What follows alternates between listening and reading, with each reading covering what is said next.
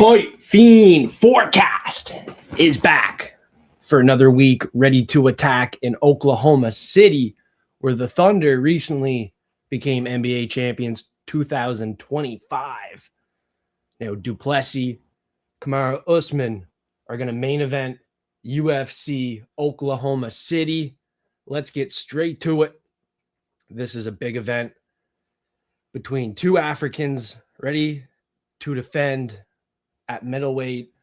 Plessis off a loss to Hamzat that looks much worse than the loss that Kamaru Usman had versus Hamzat.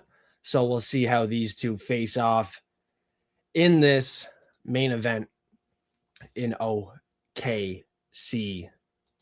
Let's get straight to it. We're here. We're live.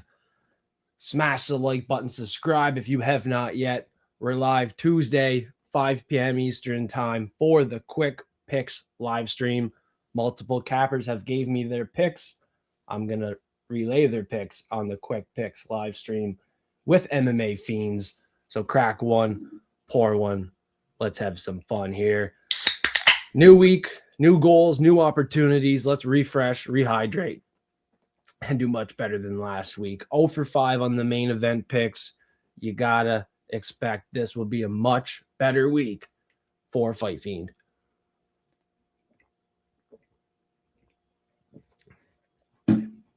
Has to be better than that. Has to be. Let's get straight to it. 11 fights right now in Oklahoma. Maybe another gets added. I see a few canceled bouts here. Rebos, Fatima, Kline. Kline has a new opponent. Alvin Klines, Alan Fry. Hines has a new opponent. Dione Barbosa, Veronica Hardy. Barbosa has a new opponent. Kevin Holland, Jacoby Smith. Kevin Holland had an injury, had to withdraw. Maybe Jacoby Smith finds someone short notice. Brad Tavares had a withdraw versus Marc-Andre Barrios. So a couple changes here in OKC. And maybe a fight gets added. We got 11 fights to talk about. We're going to try to run through it half quick. I'm going to give you my full card predictions here for UFC OKC, starting it off with the first fight of the night. Like I said, smash the subscribe button if you have not yet. F3 is here.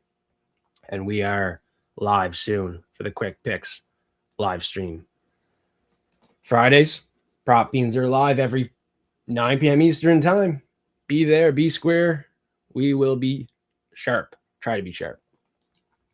Like and subscribe. Let's get straight to it. First fight of the night is Dione Barbosa getting a short notice opponent here, Anna Melisano. And for her, Anna, she was fighting on Ultimate Fighter, and she did get submitted in that fight. She looks like a very good Muay Thai fighter, though. Her kicks are clean and they're quick. And I do like her kicks. I like her reach advantage in this fight, and I like her activity on the feet. But getting taken down, she did try to get back to her feet and kind of got submitted quick. Hooks got in pretty quick, but I do believe the level of competition on the Ultimate Fighter was pretty good. The girl that submitted her was undefeated and got the hooks in quick. Submission synced right in. Can Dione Barbosa sink in the submission that quick if the fight gets to the ground? I really don't think so. And I think the line is pretty wide here. Women's MMA first fight of the night. Anna is 5 years younger, 4-inch reach advantage. She has those really quick kicks, high kicks, low kicks, midsection kicks. Very nice kicks from Anna, and maybe she can implement that into her game. I hope she can. I hope she can keep it on the feet, pop back up to her feet if she has to, if she gets taken down, as I do believe Barbosa might want to mix it up, take it to the ground, and that's probably where Barbosa is the best in this matchup. On the ground, on the feet, she has fought probably the better competition. She fought Kline Silva. Looking at her other opponents here in the UFC, she's fought some good girls. I do believe she fought not Jazz Udavicius. It was Miranda Maverick, lost the decision there. Just beat Melissa Gatto, beat Dione Belbita, Ernesta Carrot Cake. The loss to Marina Maverick, unanimous decision, Kline Silva. She kind of got out-grappled, where I don't think Anna's going to use the grappling. It's more on the feet where she's going to have to outstrike her. Kline Silva was outstriking Dione Barbosa. Barbosa could be caught flat-footed, where Anna's going to be having the better footwork potentially here. The last fight for Barbosa was pretty damn close. Majority decision, could have went either way. But Gatto is a better grappler than Anna. I'm not going to disagree with any comments saying Barbosa is the better grappler. She can get it to the ground, maybe sink in a submission. I think that would be the way she wins. But at 4-1, I'm going to have to go with the newcomer here. Although she lost on the Ultimate Fighter, I think she's going to be motivated to try to get a UFC contract here. Short notice. These short notice fighters always come to fight. They always put up a hell of a fight. And at 4-1 women's MMA, I do believe she'll put up a fight. Maybe loses a decision here. Hopefully she doesn't get finished. Her showing on the Ultimate Fighter certainly wasn't the best, and I think she will want to improve off that. More kicks added to her game. I don't think Barbosa will sink in the submission if it gets to the ground right away, as her last opponent was very fast to sink in the sub. So we'll see what happens here. I'm going with the women's underdog, first fight of the night. Love it or hate it. The underdogs started off. Potentially, I like another one here. RJ Harris making his UFC debut versus Alvin Hines. And this is another guy relatively short notice here stepping in. RJ Harris, you look at him here. He has the reach advantage. He has the height advantage. And he's the monster. He's a pretty big fighter in there. And the way he's fighting, he can latch up the guillotine pretty quick. That's kind of what he likes to do. He had a standing guillotine in one of these fights. And on the feet, he can swing and bang too. Maybe his head work's not quite great. His chin can be hanging up in the air, and he's willing to trade and get into a car crash. But most of the time, given the fact he's undefeated, he's coming out on the right side of these car crashes. He can sink in the guillotine when in danger. When he's striking, his head movement isn't bad. He can kind of lean out of the way with his size. So I don't think his chin is completely up in the air like a Taliesin Teixeira. So I kind of have a little hope for RJ Harris. At heavyweight, he is an underdog here. The younger fighter in this matchup, once again, Alvin Hines is a little bit old for heavyweight. He's 7-1. Level of competition, not the greatest. He was at the LFA 2, where RJ Harris is coming from here. Level of competition, pretty much the same, though, at LFA. I just like the style of RJ Harris, to be honest, a little bit more. I like his finishing upside more in this fight. We've seen Hines in his last fight, almost looked like a human punching bag. I know he's going to be gritty, just moving forward, maybe trying to mix in some takedowns, but I don't believe he's going to have too much success. I can see him getting caught with the hooks of RJ Harris. I can see him getting caught with a submission, probably, most likely in this fight. I do like RJ Harris undefeated in this fight as an underdog. And I wonder if he will flip to the favorite, as he does have that reach advantage, the height advantage, and it's early in the week. Now, 60% on Tapology have Hines right now out of 2,000 picks on Tapology. So maybe this is a spot that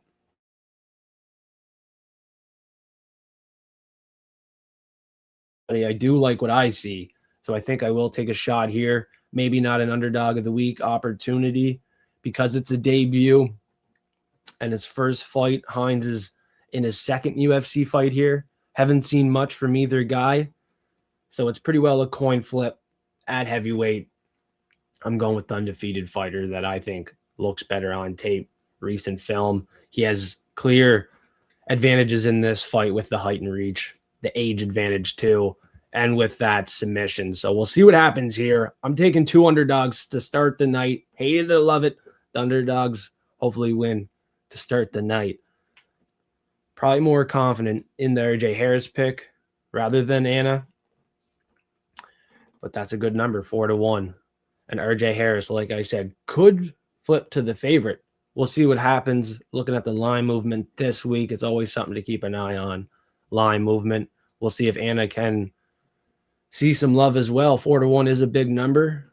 So if you do like these numbers, get in quick because I believe they will drop these two underdogs starting off the night. So sometimes you got to get that closing line value. CLV take a bet early in the week because the odds will change.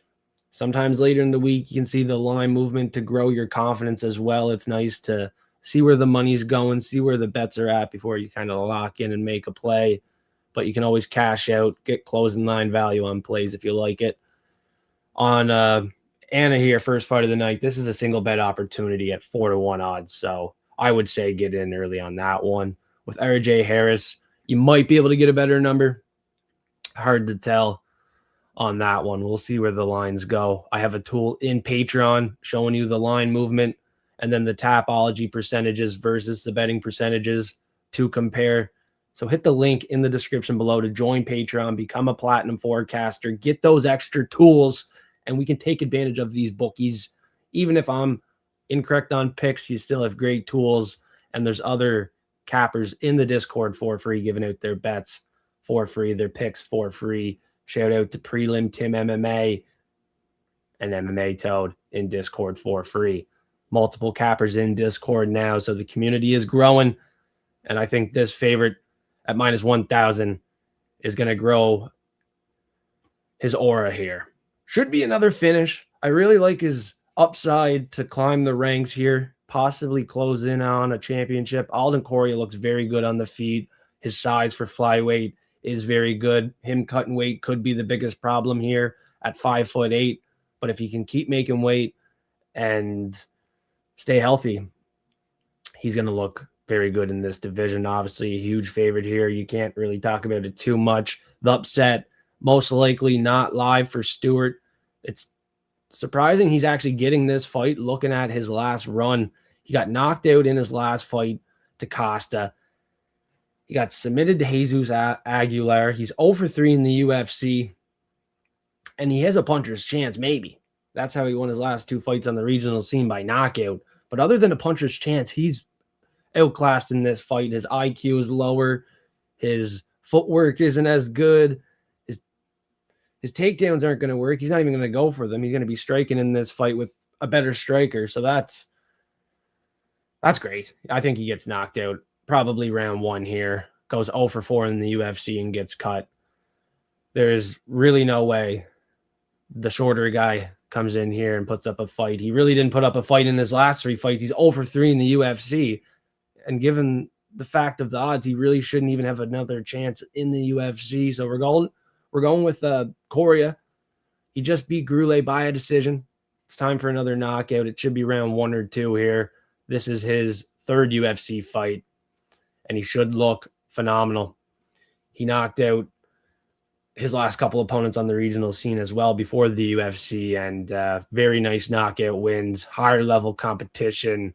This should be a walk in the park for Ounce Fight Club, ready to go here.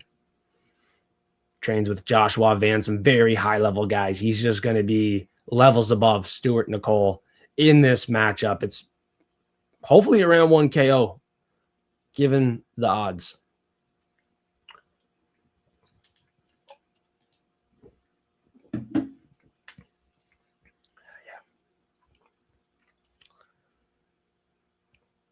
This fight, eh?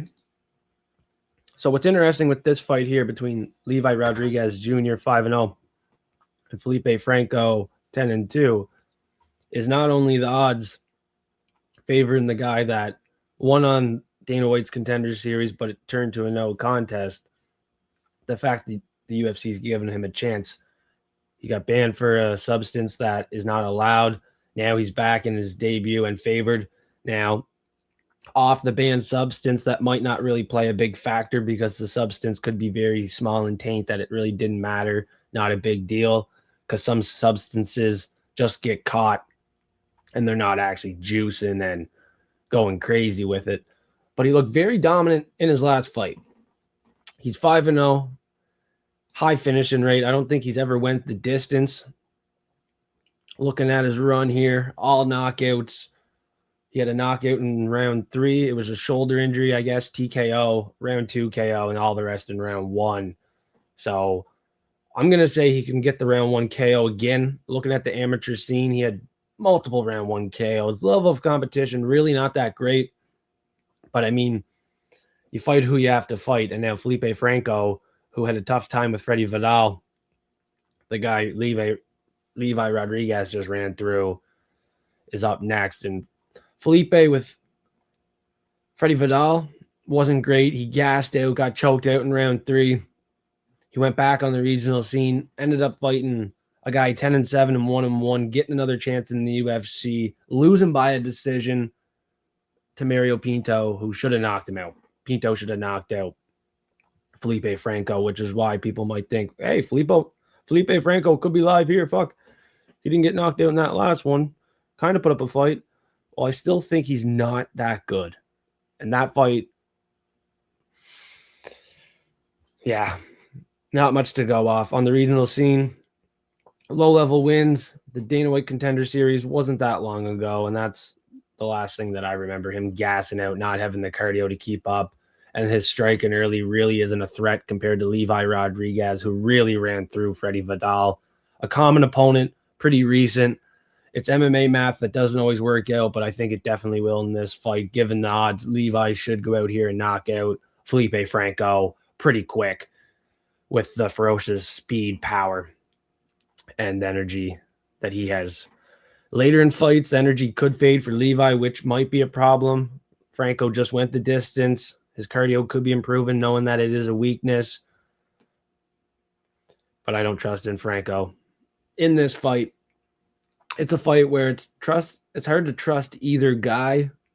Another one where they're both new to the UFC. They have under 2 fights in the UFC. One guy's making his UFC debut officially here now.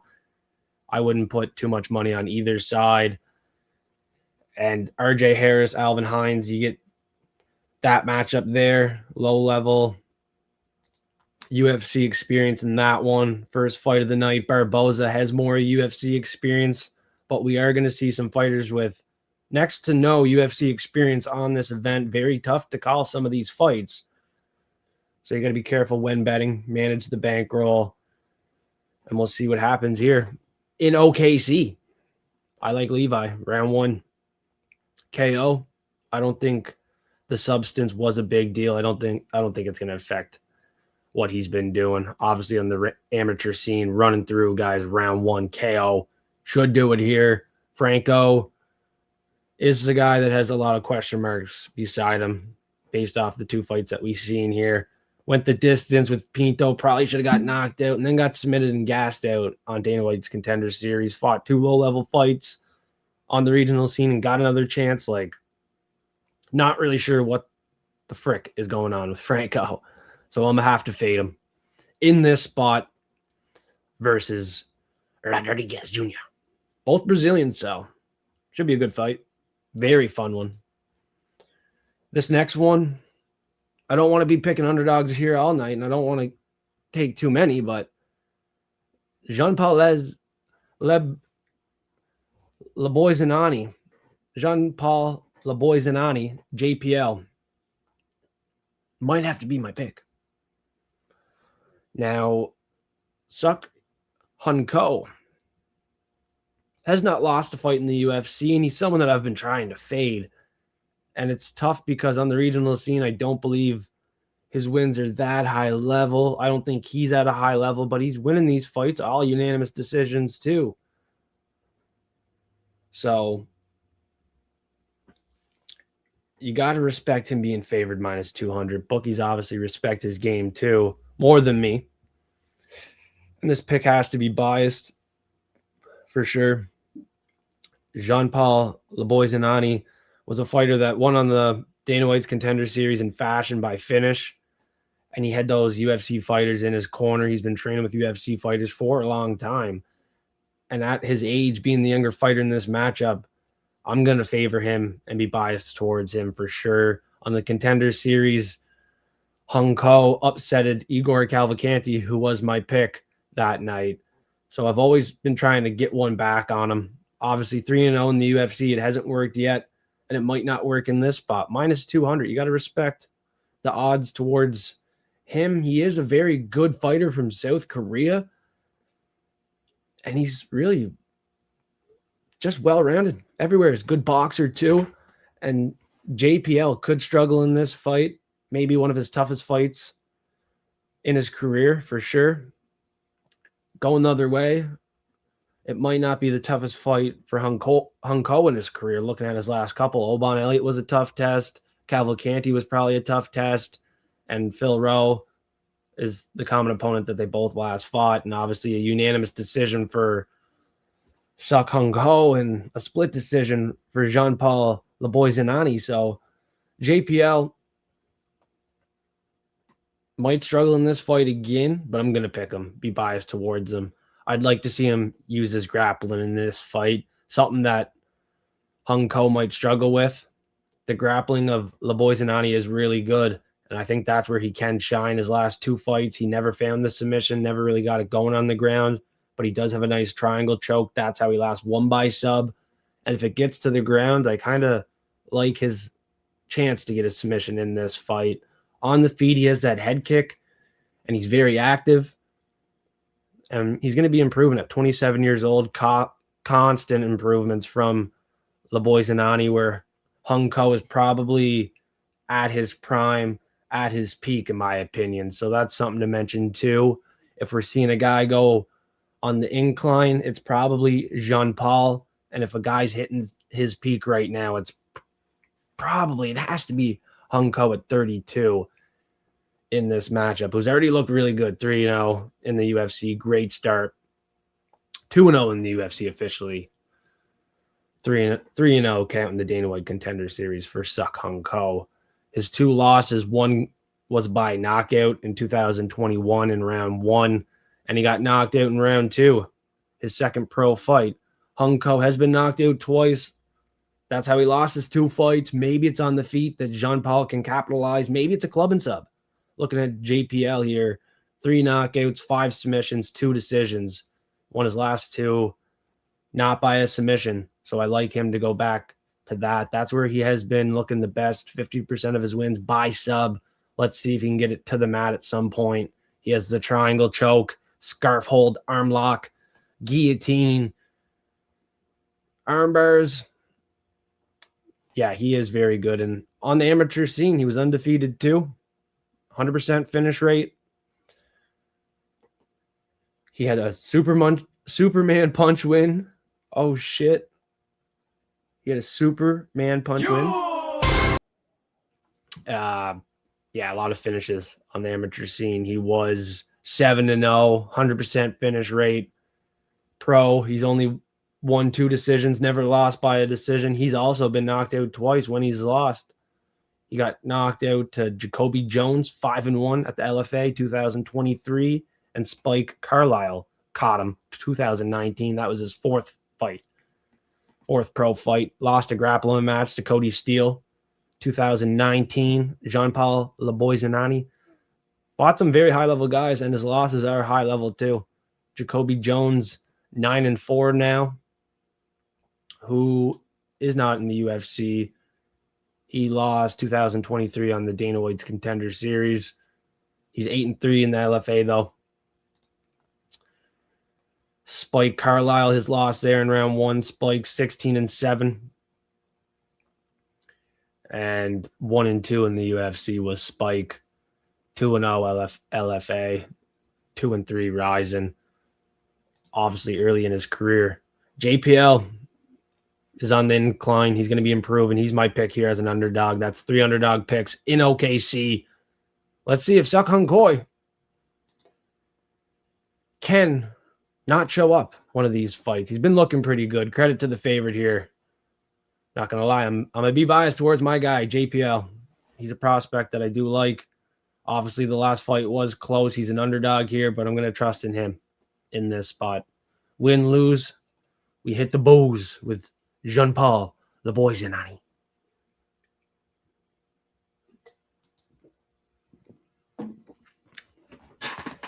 And already, we're at the prelim headliner. That's only 1, 2, 3, 4, 5, 6 fights on the prelims right now. Not many. Might be a quick night here in OKC, starting at 6 p.m. my time, 5 p.m. Eastern time. So another early one. A little bit earlier than a late 8 p.m. start time. So it might go through pretty quick if they don't add another fight. We got 11 to talk about. Prelim headliner, Delgado, Bashi. It's a coin flip. And it's a good fight here. Delgado, MMA lab guy, 11-2. Slight favorite taking on Bashi, 14-1. Bashi's from Michigan. Shout out MMA Toad, local guy to him. And Bashi has really good wrestling. He's the younger fighter in this fight, and he's the guy that's going to be on the incline. He's going to be making a lot of improvements. But on the feet, I do believe he's going to be a level or two below Delgado, who's going to be dominant on the feet, finding his shots, picking at range. Delgado at range is very good. His footwork getting out of range, avoiding some takedowns with Felipe. It was a close fight in his last one. Managed to get the win. He suffered defeat in the UFC with Nathaniel Wood, so he's able to improve off that, learn off that. And obviously getting taken down was a problem in that fight. The style of Bashi is the wrestling. So will it be a problem in this fight enough to lose? It's a coin flip. It's going to be very close, but I'm going to have to believe in the striker over the wrestler in this matchup. Bashi is 14-1, but maybe more green. He does have very high-level wins on the record on the regional scene. He's been active, and his wrestling can win him fights. But on the feet is where he can be outmatched, out-volumed, and Delgado is the perfect volume striker. From MMA Lab, he's training with very high-level guys. Delgado training at Warrior Way, martial arts. I don't believe he has the training partners to have him ready for a fight like this. So maybe he makes a move in gyms in the future, Austin Bashi. Maybe he already did. Maybe I didn't pick up on it yet. But Delgado is pretty seasoned here at the MMA Lab. He's well-trained, and I think he's going to be ready to go for this fight. I think he's going to be a level above Bashi in this fight. He's going to be able to stop majority of the takedowns, maybe not the first couple, but later in the fight is where I think Delgado will start to take over, find his shots, pick at range. If he doesn't knock him out later rounds, it's a decision win, unanimous in my opinion, for Delgado. The Hyder Emil fight, he really handled the forward pressure of him and the aggressiveness. So Bashi is going to have to be pretty calculated in this fight en route to a win if he wants to win. Because if you get overzealous with a guy like Delgado, he will find that counter shot and put you out. He has 6 knockouts, 4 submissions, and even on the ground, you can't really get caught slacking there. He could find a submission at any point, but I don't believe his wrestling will be enough to get into good submission opportunities. You know, Bashi's going to be a brute on the ground, probably be able to reverse some positions, avoid the submission like he did with Christian Rodrigues. I do believe he was putting some bad submission attempts there. He avoided them, got out of them. He should be fine on the ground with Delgado, who's going to be lower level on the ground with those submissions. He hasn't won by a submission in a long time either, Delgado, but if he hurts Bashi on the feet, like beats him up on the feet, knocks him, that's where he could maybe club and sub, but it's so unlikely in this fight. I probably wouldn't even look at betting it. It's on the feet with the strikes, knees, where Delgado usually ends the fight. Never really looking for that club and sub. He likes the ground and pound to finish off the fights. His last submission win was like a Darce choke early round 1. It was a 3-3 opponent. So Bashi, the better wrestler, would have to be pretty hurt to get submitted versus Delgado. But that's live too. I think Delgado is that damn good on the feet. He's going to give Bashi a lot of trouble. Bashi going in for the takedown could get caught with the knee too. Delgado with his damn knees, bro. Got to be careful going for those takedowns. And I don't think Bashi has the striking to set up some of these takedowns. So that's one of my biggest problems in this fight for the youngster. He's going to be making improvements, but this might be a stepping stone that he has to learn off here. Not one that will be easy and move him up the ranks. He's a very good prospect, but I don't think now is the time. Delgado has great training partners and hopefully has a great game plan, because that's what it really comes down to in some of these fights. Is your fighter going to go out and shoot a stupid takedown and get caught in a guillotine? Is he going to fucking shoot a jumping kick and blow his knee right out of the bat? Like, it goes down to what these fighters are going to do in the octagon. So you can't get overconfident in your picks sometimes. You never know what in the hell is going to happen in that octagon. Like I always say, manage the money wisely, set a bankroll that's comfortable for you, and like and subscribe. Let's keep rocking and rolling. An OKC Quick Picks live stream Tuesday, 5 p.m. Eastern time. Prop beans every Friday, 9 p.m. Eastern time. Prop beans. Value prop, one of them. Prelim prop, one of them. Main card prop, one of them. From Fight Fiend.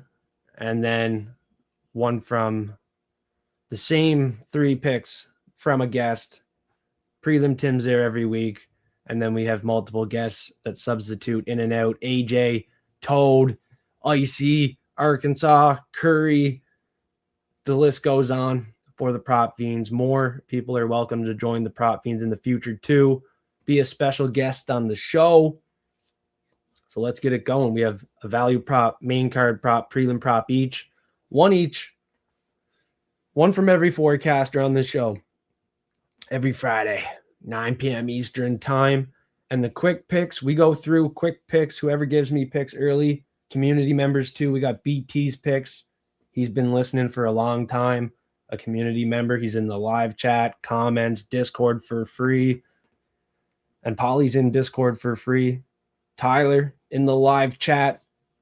I know Tyler's tuning in. We'll have his logo ready here this evening for the quick picks show, and maybe make up a couple logos for a couple other cappers we see in the live chat. So quick picks. If you want to be a part of it, 5 p.m. Eastern time, live. Your picks can be added to the show. So check it out. It's a very cool format. Everyone's included. As long as you're cool, you'll be included. If you're not cool and you're losing your cool, you can be, you know what I mean, banned, taken off the channel, comments deleted. No problem. Keep your cool, stay cool, and let's keep capping fights with a bunch of other cool community members, cappers in the game I respect. Like and subscribe. F3's here, and we're back trying to have a much better week than last week. Much better week. Don't like to sit and complain. Don't like to sit and cry about it. Don't like wasting time. So I was right back to work. Didn't even talk about the event recap. Just went right back to making content. OKC, new week, new goals, new opportunities. Scratch last week. Let's scratch the bookies. Scratch some tickets. I'm so ready to get back into the win column in a big way. And Tommy McMillen has been talking all week. He's not liking some of the hate, but guess what? They hate because they ain't. If you're hating, it's because you ain't. Right? They hating because they ain't. And Tommy McMillen was a huge favorite in his last fight. Now it's a 50-50 fight. He's undefeated 10-0, and he gets his toughest matchup to date. This is kind of like the David Moygan fight, though, and David Moygan is a very respectful win on Dana White's Contender Series for Tommy McMillen, but Alberto Montes off Dana White's Contender Series has looked very good. He's won all of his fights by a submission, and that's his real path to victory. He's pretty inactive on the regional scene, looking at his slate, his schedule slate before the Dana White Contender Series contract opportunity. He gets the contract, pulls through on the opportunity. At some point, I just wonder how is he going to look later in the fight? How is he going to look versus a striker? And this is really the fight that we're going to get to see that. He was pretty inactive on the regional scene prior to the Dana White's Contender Series. Alberto Montes, where Tommy McMillen's been active. He's another guy at the MMA lab, training at a high level with Sugar Sean, Drakkar Close, Mario Batista's in the mix. Had that win to David Moygan, who's a similar style. Maybe not as good with those submissions, but a very respectful win, in my opinion. His last win, Manolo Zucchini, really not the best win.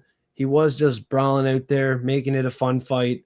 But I think that's because it was the level of competition he was up against, and he knew he could eat a lot of those shots with Manolo. He wanted to make it entertaining, and it was a fun fight for the fans. Now, people say he has some holes in his game, and I'm not going to disagree. He's obviously going to improve. He's 28. These younger fighters are just going to settle into the UFC. They're going to make mistakes. But Tommy's undefeated, and he's finding ways to win, even when he struggles in some of these fights. He's always finding a way to win. He has the heart, and he seems to have that durability too, willing to eat some shots. It might take a lot for him to tap out. He would have to maybe get put to sleep. I don't see him tapping out. He's going to be very squirmy on the ground. His wrestling might be underrated. He doesn't use it a whole lot, but he doesn't really have to because of his striking advantage that he usually has. He's liking to keep it on the feet, make it scrappy and dirty. But on the regional scene, you see him sinking in these guillotine chokes. He has a rear naked choke win too. But so far, Dana White's Contender Series UFC debut hasn't had to use that. Hasn't really wanted to use that. So we'll see what the game plan is here. Tommy has been training MMA, wrestling since a very young age. Some people definitely hating on him. I seen one guy really hating on him, a short video, but we'll see what happens here. I'm not going to pick Alberto, Montes. Tommy McMillen's going to cook him, take him to the kitchen. I'm riding with my boy Tommy Guns. There's no way. I would like to see a competitive fight, but I also want to see Tommy knock this fool out round 2 and shut up those haters because they be hating on Tommy. And I think Tommy can take a lot of punches. I don't know on the ground, though. We'll see how he can scramble, how he can defend these takedowns. Definitely one of his toughest fights to date. Definitely could lose the fight, but I'm going to pick him to win the fight and fucking pay out his bettors. He's pumped up, and I do believe he will be betting on himself. He has the height advantage, the reach advantage. He's a big boy for featherweight, and I think on the feet, he will have that clear advantage. Alberto might have a tough time getting this fight to the ground. A lot tougher opponent than a Ricky Tercios, you know what I'm saying? And a win to 6-2, Carlos Calderon isn't Tommy McMillen 10-0. Tommy's at a higher level than all the fights that Alberto has. So although this might be the toughest fight for Tommy, certainly the toughest fight for Alberto Montes to date. Very inactive before the UFC opportunity. So we'll see how this one goes in OKC. I'm going Tommy Guns.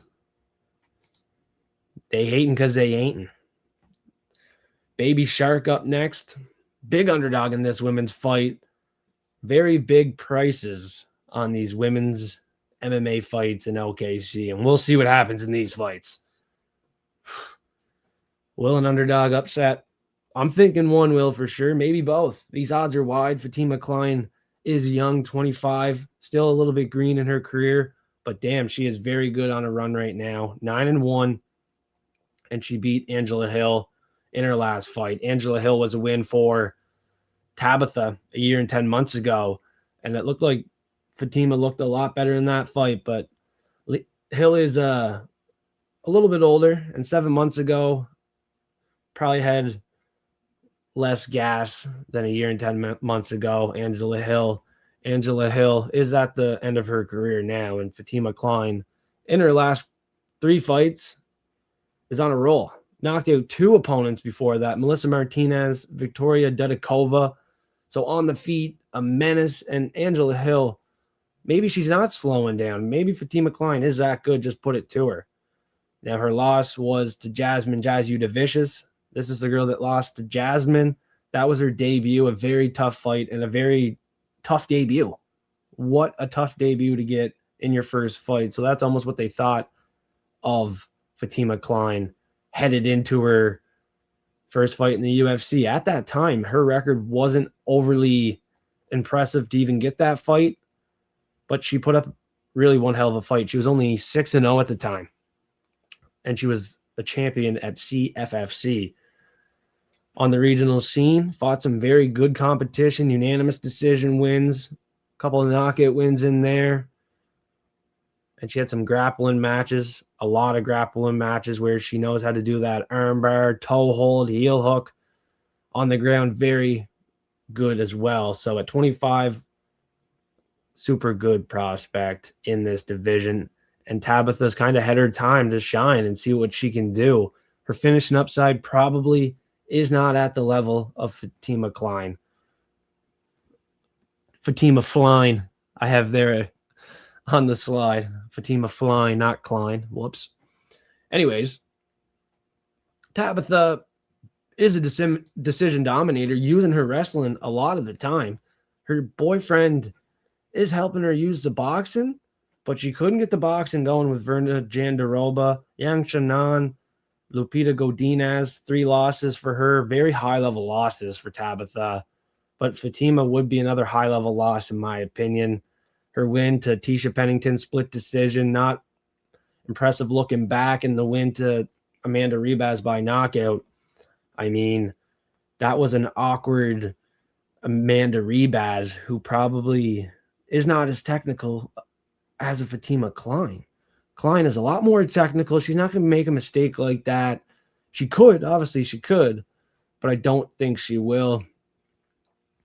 Tabatha, a lot of decision wins. She beat Gillian Robertson. Sometimes you forget. Had a nice win to her. And her 3 losses are at such a high level. Also, her UFC debut, super tough. Tabatha, in her debut, fought Menon Farrow and got knocked out in round 2. So she's a girl that had a tough debut. Both girls had very tough debuts. And Tabatha just had more time to shine. She's 7-4 in the UFC. Her striking is improving, but I don't think it's improving enough to be more technical than Fatima Kline or to throw more volume. That's a problem. Fatima has more volume, better accuracy on the ground is where she can get taken down, but her takedown defense is really good. She can keep it on the feet. Her grappling, very high level, a lot of submission wins, and I don't believe Tabatha is really going to want to go there too much. If she does, it could be a problem, to be honest. Looking at the grappling percentages, 37% takedown accuracy for Tabatha and 60% takedown accuracy for Fatima Kline. So we're talking about Tabatha having a chance to be the better wrestler, but looking at the stats, she is not going to be the better wrestler. Her accuracy with the takedowns, not very good. Her takedown defense, 65%, which is why I see this fight taking part on the feet. Tabatha's not going to be able to get the takedowns, and her takedown defense is pretty good. Fatima Kline might be able to get her to the ground at some point, but on the feet is where she should just be the better fighter. Looking at the strike and accuracy of these 2 girls, since it's in front of me now, 50% for Fatima, 37 Tabatha. Strikes absorbed per minute, almost 5 per minute for Tabatha, 2.7 Fatima. Both have about 60% strike and defense. Obviously, Tabatha has fought at the higher level, playing a factor with these percentages for sure. But she's the shorter girl, lacking a 6-inch reach advantage in this fight. I think the younger girl is going to have the cardio, the speed, the accuracy, the volume, and should just be a level or 2 above Tabatha. Tabatha is a girl I do like. Would have loved to see her go higher up in the division. I have her sign card up there. Baby Shark, autograph Baby Shark card there. But I don't believe she's going to enter the top 3, top 5 of this division. She had her chance. I don't think she's cut out for it. And Fatima Kline might just be cut out for it. She's very good and very big for this division, to be honest. With that 67-inch reach, it might be a problem for a lot of these girls in the division.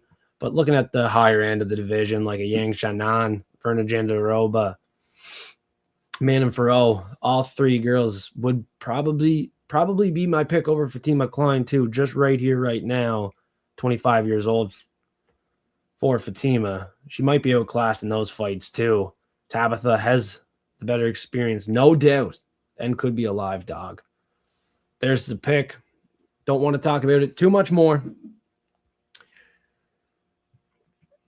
Other than, holy shit, this is on the main card. Yeah. Shit. This is on the main card. I'm sure, yeah. Is Fatima Kline ranked in the UFC? Don't have that in front of me right now, but I'm not sure if she is ranked yet. Certainly a fight I don't know if it should be on the main card. But we're lacking some UFC experience and talent on this event, no doubt. 6 fights on the prelims. A lot of them under 2 UFC fights. Yeah, very low-level UFC experience on the prelims. Looking at it again quick here in front of me. And then Fatima Kline, Tabatha on the main card. Looking at the Matchmaker Mayhem videos we're putting together. Check out the live stream of Matchmaker Mayhem. I don't think we would put Tabatha and FEMA on a main card. Maybe prelim headliner. Not even a prelim headliner, honestly. Depending on where they're ranked. I have to look. I'm going to look that right now. I'm that shocked. This is on the main card. UFC rankings. If these girls aren't ranked, there's no way this should be on the main card. Tabatha 7th ranked. Fatima Kline 14th ranked. All right. I mean, I guess so. Yeah. Sure. Baby Shark 7th ranked. Fatima 14th ranked. Glad I pulled that up. This might be a really good fight for Fatima to climb those ranks quick. She could jump a lot of spots with a win here over Tabatha, who is pretty highly ranked in the division right now. We talked about her UFC experience, though, and her wins are high-level losses. Verna Jandaroba 2nd in the division right now. She had a win to Gillian Robertson, who's 4th, fighting for the belt, could be the champion. Sometimes you forget. Tabatha could be a live dog. Baby Shark. Could smell blood in the water. Fatima's only 14th ranked, 25, still a little green. Maybe overrated. We'll see. Very good fight. Maybe it is a main card spot. All right. Moving on. Chase Hooper's back. Hopefully he doesn't get knocked out. 16-5-1 is Chase Hooper. Knocked out in his last 2 fights. But he gets Mitch Ramirez, who reappears here in the UFC. Didn't expect this guy to reappear, to be honest. Looking at his run in the UFC. This is another guy 0-3, 0-2 in the UFC, and knocked out in both of his fights, last 2. And his 3 losses all by knockout. Carlos Prates, the first guy to knock him out on the Contender Series. Very tough loss there to Carlos. Mike Davis, Diego Moises finished him with the leg kicks. So Ramirez has been knocked out before. His last 2 wins by knockout. So if Chase Hooper's going to lose, it's 3 in a row by knockout. Given the experience, Chase Hooper has 16-5, wins to Jim Miller decision, Clay Guida round 1 armbar, Vyacheslav Borshev, Darce choke. It's time for the dream, Chase Hooper, to get a damn win. Mitch Ramirez is not UFC caliber. Chase Hooper is. Hooper got caught in his last 2 fights. He has to improve. He's only 26 still, very young fighter. He was in the UFC at a very young age. Obviously, he was on a run, 3 wins in a row to the fighters I mentioned, then knocked out in his last 2 fights. Lance Gibson caught him round 1. And I do believe that stoppage was either a little quick or, yeah, something happened in that one. Maybe it was a clean one. But Hernandez was more clean. 2 seconds left in the round was the Hernandez one. Maybe that's what I was thinking. Like 2 damn seconds left and he fucking got knocked out. Chase Hooper. But that was a very tough fight with Hernandez, powerful striker. Lance Gibson, another powerful striker. Mitch Ramirez just isn't at their level. He doesn't have their power, in my opinion. And Chase Hooper is going to be able to go to the ground at some point, find that armbar, Darce choke, rear naked choke. He's pretty slick on the ground. Even has a nice submission win to Jordan Levitt. It's on the feet where he really struggles, Chase Hooper, with his chin up in the air, striking defense. But like I said, he's young. He should be making improvements. Looking at where he's training, might need to be trained at a higher level spot. He's at Combat Sport and Fitness. Not sure if he made a move from there or not yet. Maybe that's why he's kind of still struggling on the feet. Might not be training with high level guys yet. Mitch Ramirez on the other side, he's at Syndicate MMA and he's with high level guys every day, no doubt. Is he going to be improving? I don't really think so. This is one of these guys that kind of hit his ceiling. He's at his prime, and his prime really is not UFC caliber in my opinion. He's getting the chance because of where he's training at, who his coaches are. And he did have some nice wins at the LFA, the feeder promotion for the UFC. A nice knockout in round 1, leg kicks round 3 to an opponent, but pretty low-level opponent that he finished with leg kicks. Starts another guy round 1, and that's about his only path to victory here is starching Hooper round 1. Given the fact it has happened in the last 2 fights, I'm going to have to say the dream is a lock of the fucking week. Chase Hooper is my most confident pick this week, potentially. He can't lose three in a row. That would be a nightmare. The dream in OKC is him to get back into the win column. And at this price, 4-1, I'm going to say he does just that. Gets into the win column by a submission, picking up his 9th submission win. He has 4 knockouts, 4 decisions, but I'm going to call that submission win for Chase Hooper. Round 1 or 2, making a statement. And also making it very interesting his next fight, because we're probably not going to get to see the striking defense improvements from Chase Hooper in this fight. He could get rocked again, then find a way to get it to the ground, get that submission. He might be able to just get it to the ground right away without any struggles finding a submission. Maybe he is just a better striker in round 1, which wouldn't really shock me either, and then find a submission. Maybe he does just catch Mitch Ramirez, knock him out. If any of that happens, I'm not going to think that Chase really has made rapid improvements in the striking defense. Certainly a fighter you're always going to be scared gets knocked out and starched early. He's still young in his career, and this just is not the fight to prove anything really in the striking department. I don't rate Mitch Ramirez that highly, and like I said, I didn't believe he would have another chance in the UFC, but here he is in a setup fight versus Chase Hooper. The dream is a win for Chase. Lock of the week spot. Submission. Calling it. Submission round 1 or 2. The dream. To kill a gorilla. Next. Jared Cannonier. 18-9. 42. Unfortunately, now at the tail end of his career. And I mean, looking still very good at the tail end of his career. Still fighting at a high level. Still incredible shape. He's in better shape than a lot of these young guys entering the UFC, and he's 42. Holy fuck. Credit to Killer Gorilla. Always one of my favorite fighters in the division. Win, lose, we hit the booze with Killer Gorilla. In this fight, I'm not picking him to win, but I'm just saying he's a good fighter. He's respectful, and I love what he has done in his career. Had a lot of good fights. Win, lose. Always love a Jared Cannonier fight and respect what he has done in the octagon. CLD, he's on the rise, man. 14-2 from England.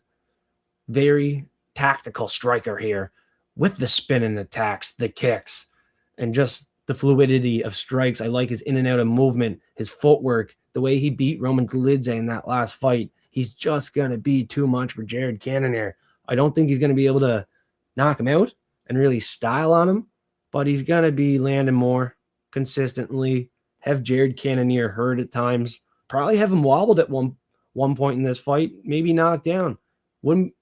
Wouldn't be surprised if he knocks him out, but I'm going to call the decision for CLD. Respect to Cannonier. I think he'll put up a fight. One of his last fights, I would say, in the UFC. He fought 10 months ago. It's looking like this could be maybe one of the last fights for him. I see him getting styled on by a decision, and if he does get finished, this probably would be it. Glendale, Arizona is where he's fighting out of another MMA lab guy, but I would not be shocked if he won either. He's at a high level. He's fought at a high level his whole career, And at 42, I just haven't really seen him slow down. He's always in shape. He always has a good game plan. I just think the youngster, 12 years younger, is going to be too calculated, too sharp in this fight, landing his shots, being super technical, taking over this division at some point potentially. He has the reach advantage, the height advantage, and CLD should be very smart in this fight too with a good game plan. And it's just tough for Cannonier. He's just going to be probably too slow to the punch at this age. Respectful guy. He's going to eat some punches. He's just going to be a little too slow, unfortunately. I still expect him to put up a fight, potentially be a live dog, but I'm very confident CLD is going to win this fight, and it is a potential lock of the week situation here at minus 330. He is that good. He's on a 4-fight win streak in the UFC. Being 12 years younger, this does seem like a setup fight and the right fight to make to boost CLD moving forward. Where Cannonier, this seems like really the last fight of his career. If he gets finished, I expect the gloves to be on the canvas. Respect to Killer Gorilla. Maybe he does upset and shock the world, but I would be shocked at 42 if he pulls it off at near 4-1 odds versus a rising prospect here. Co-main event spot. Now in the main event is where I'm going to call an upset. We got DDP Dricus du Plessis 23-3 versus Kamaru Usman 21-4. And it's interesting how some of these fighters are moving up a weight class. And it's not actually looking so bad for these fighters moving up the weight class, not having to cut weight at the tail end of their career. Usman isn't really at the tail end of his career, but it's some point it will be with those knees. He can't hold up too long, and certainly that's the biggest question in his last couple fights. Like, is this it? Is this one of the last fights for him? Can his knees hold up? Is he done? I think he has a couple more fights left in him. I think he could even make a run in this division. I don't know how bad his knees are. They're obviously not the best, but I do believe he's still at a high level. I do believe he can be competitive. He had a great win in his last fight where the knees looked fine. They looked really good. Khamzat Chimaev, the fight he had that went to a majority decision, Kamaru Usman looked absolutely fine in that fight. So none of these fights I really see his knees being the problem. All right? He's 39. They're not going to be 29-year-old knees, 19-year-old knees, but I think he'll be fine in this fight, to be honest. 3-1 is a pretty big number. DDP is awkward in there. He throws with a lot of volume, but the accuracy is what could be a problem here. Usman is a very high-level fighter with terrific boxing and wrestling. So if it goes to the ground and DDP wants to wrestle, well, in that Khamzat fight, it almost proved to me that he's not going to be able to out-wrestle Kamaru Usman. Maybe in round one, maybe early in the fight. The later it goes, though, I think Usman will find his spots, will make adjustments. Round one was horrible for him versus Khamzat. Usman almost got submitted, choked out. Surprised he didn't, but the way he fought back, was able to stuff takedowns, get the boxing going, really high-level stuff. And on the feet, I do favor him over DDP with the technicality and power and training with the Trevor Whitman. Trevor Whitman is one of the best coaches in this game, and sometimes you forget he is. Having his fighters trained, ready to go for fight night. They're always trained with a game plan. They never enter fight week really in bad shape. They're always in shape. They always fight a tactical game. In losses, the last two for Kamaru Usman, majority decision, very competitive fights with Leon Edwards when he lost that belt, and then Khamzat, the majority decision there. Like, very competitive fights. He got caught with a head kick round 5 in a fight he was dominating. So Usman is really one of the best fighters in the UFC, I would say. Like, super high-level guy. One of my favorites, the Nigerian Nightmare, former champ at 170. He's moving up, not having to cut weight. 16-3 in the UFC. 2 majority decision losses. Got caught in round 5 to Edwards. Other than that, he had the right cross to Jorge Masvidal. Knocked out Gilbert Burns. Colby Covington. Broke his jaw twice. Maybe, looking back, at the time, these were good wins for sure. But right now, where those fighters are at, it's not the highest level. None of those guys are still competing. And you're getting DDP, who has fought Strickland twice, Whitaker, Adesanya. So I think DDP has experience in this division. He has experience against guys that are still active. But he doesn't have the technical strike and the power on the feet. And I don't know if his takedowns will work a whole lot in this fight. The way he got dominated is definitely going to play a factor in that last fight. Mentally, he might be having some doubt, where Usman is starting to build back confidence off a big win. I think Usman has the confidence growing in this fight. He's going to be more confident Saturday night, I do believe, where DDP is definitely looking to change up his game plan, maybe try something new that might not work, doubting what was working. You know, off a loss like that, you get dog walked for 25 minutes across the canvas. It definitely is going to make you question some things. I would say that was a bad loss. And now you get Kamaru Usman, who put up one hell of a fight, went to a majority decision with Khamzat.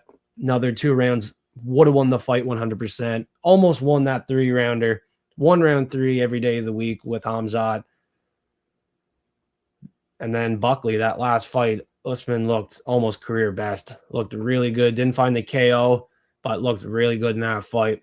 At 3-1, he will be my pick in the main event here. Still Knox will be knocking on the door of another loss, something that he has not done in a while. Suffered back-to-back losses. I don't think he's ever lost 2 fights in a row his whole career, looking at DDP. And I'm correct saying that. He's never, ever suffered back-to-back losses, where Usman had to rebuild after 3 losses, losing the belt. It was just in his last fight that he started to get respect back to Buckley, and the books still don't respect him at 3-1 odds, moving up to this weight class. I do believe this is his first fight at middleweight. Maybe he fought Khamzat at middleweight in that one. I do believe, looking back, let's pull it up. Was that at middleweight? Yeah, it was. And he looked pretty good in that one with Khamzat. It was at middleweight. It wasn't a welterweight fight. So just getting respect back versus Buckley as Usman, and still not really getting respect. Looking at Tapology picks, something we should chime in on, as DDP is a 3-1 favorite. He does have 80% of Tapology picks. So, hey, I will take the dog in the main event once again. I don't think this is one where we're going to have 90% of bets, 95% of bets on the betting underdog in this one here. Where last week, apparently, McGregor had 95% of the money on him to win the fight. And obviously, I said the bookies sometimes pay out a heavily bet underdog, but clearly I was eating my own words. The bookies probably won't pay out a heavily bet underdog in a big spot like that with that much money on the line. In this one, not as big of an event, but it's still the fucking UFC. It's still gambling, and sport books are still involved. So I do like the fact that 80% have DDP in this fight on Tapology at almost 3,000. I'll take Usman, another underdog in the main event. Let's fucking go. The Nigerian Nightmare will get more respect and maybe make a run in this division. He moved up a weight class. Whitaker currently moved up a weight class. I think RDR is going to move up a weight class. Khamzat was moving weight classes. Topuria is moving weight classes. Alex Pereira is moving weight classes. Holloway and McGregor move weight classes. Who's moving weight classes next? I'm sure I missed a couple names that have moved weight classes. I think a name moving down a weight class might be Josh Hokett. He might go to 205 apparently at some point. But he's calling out a lot of fights at heavyweight. So what an interesting division heavyweights turning into. And on this card, we talked about a prospect undefeated entering the ranks. Seems to get a pretty good opponent too, a 34-year-old. Younger fighter, big reach advantage, undefeated from the LFA. Hopefully we can see another heavyweight prospect enter here this weekend. Hopefully he doesn't mess up his debut, as I believe Hines isn't going to make a run at heavyweight. And now middleweight is getting interesting with this main event. Whitaker's going to make it interesting at 205 with Paulo Costa. There's another guy moving up. Interesting stuff with the UFC. Obviously, with the injury to McGregor, will he come back again and get another fight? That's something to talk about in the future. Holloway, what's next for him? When does Topuria fight again? Who does Patty get? Is he getting Gagey for the belt next? A lot of questions to be answered in Fight Fiend Forecast. We'll be here to talk about it. Obviously, this week, the most important thing is to try to do better than last week. That's always the goal, but last week was real bad on the main card. 0 for 5. Really hoping I can hit one pick with McMillen, Kline, Hooper, Leroy Duncan, and Usman. My 5 picks this week on the main card. Hoping and praying that we can hit one. Just one would be better than 0 last week. So thanks everybody tuning in. It feels really good having people still message me after a bad week like that and still be positive in the Discord. There's so many good people in the Discord that, win or lose, we're still hitting the booze, having fun, showing respect, helping each other out, do better next week. Like AJ MMA, Icy, 2 guys that made nice comments this week that was uplifting. Definitely brightens my day when it's dark and I'm pissed off at myself and how everything went. When you see comments like that, it definitely does brighten your day. So thanks to the boys having my back, telling me next week's going to be better. It definitely gives me more belief in what's going to happen and what I'm going to do. So thanks to the boys and gals having my back. Probably wouldn't be doing this without you guys, because there are a lot of tough weeks where you want to quit. You want to just say we're done. Enough's enough. But not every week's going to be a bad week, like I say. Next week could be the best week we've ever had. So we always manage the bankroll wisely. We didn't put ourselves in a bad spot. We just broke even. We seen some BS, put in a bunch of work, put in hours of work, hours of research, hours of content for what felt nothing at the end of the day. And just some fights that were questionable, some decisions by fighters that were very questionable. So it's very upsetting when fighters just don't do what you want them to do, or don't even have a game plan for themselves that leaves a competitive fight. So it is what it is. That's the game. We move on. New goals, new opportunities. We're not going to sit and cry about it. We're going to have each other's backs. And shout out to the boys again, having my back. Even Prelim Tim, Toad, all the boys always having my back, motivating me to keep pushing forward. It's not always going to be sunshine and rainbows, but it's always fun with the Fight Fiend Forecast. It's always a good time with multiple cappers, inputs, and the community getting involved is a big thing with the Fight Fiend Forecast. Not many people get the community involved like Fight Fiend. It's all about the community. And Fight Fiend does involve the community. So Quick Picks live Tuesday, 5 p.m. Eastern Time. Prop Fiends live Friday, 9 p.m. Eastern Time. Fantasy Draft. Check out the Fantasy Draft Saturday, 1 p.m. Eastern Time. F3's here, and F3 will be live here soon as I recorded the picks. Tuesday, 3 p.m. Eastern Time, and I'm live in 2 hours, 5 p.m. Eastern Time for the Quick Picks live stream. So thanks everybody tuning in, like and subscribe. F3's here. Let them know F3's ready to go. And let yourself know you will do better than last week. If last week was the best week you ever had, let's make this week even better. Let's do that. We're going to have a very good week with fiends, with friends, with family. Shout out to the loved ones. Shout out to the viewers of the show. You make it possible. And that's all she wrote. Let's see what happens. KC. Like and subscribe. F3 will be back with live streams soon with cappers from around the world, viewers from around the world. F3's worldwide. Thank you for tuning in. Peace.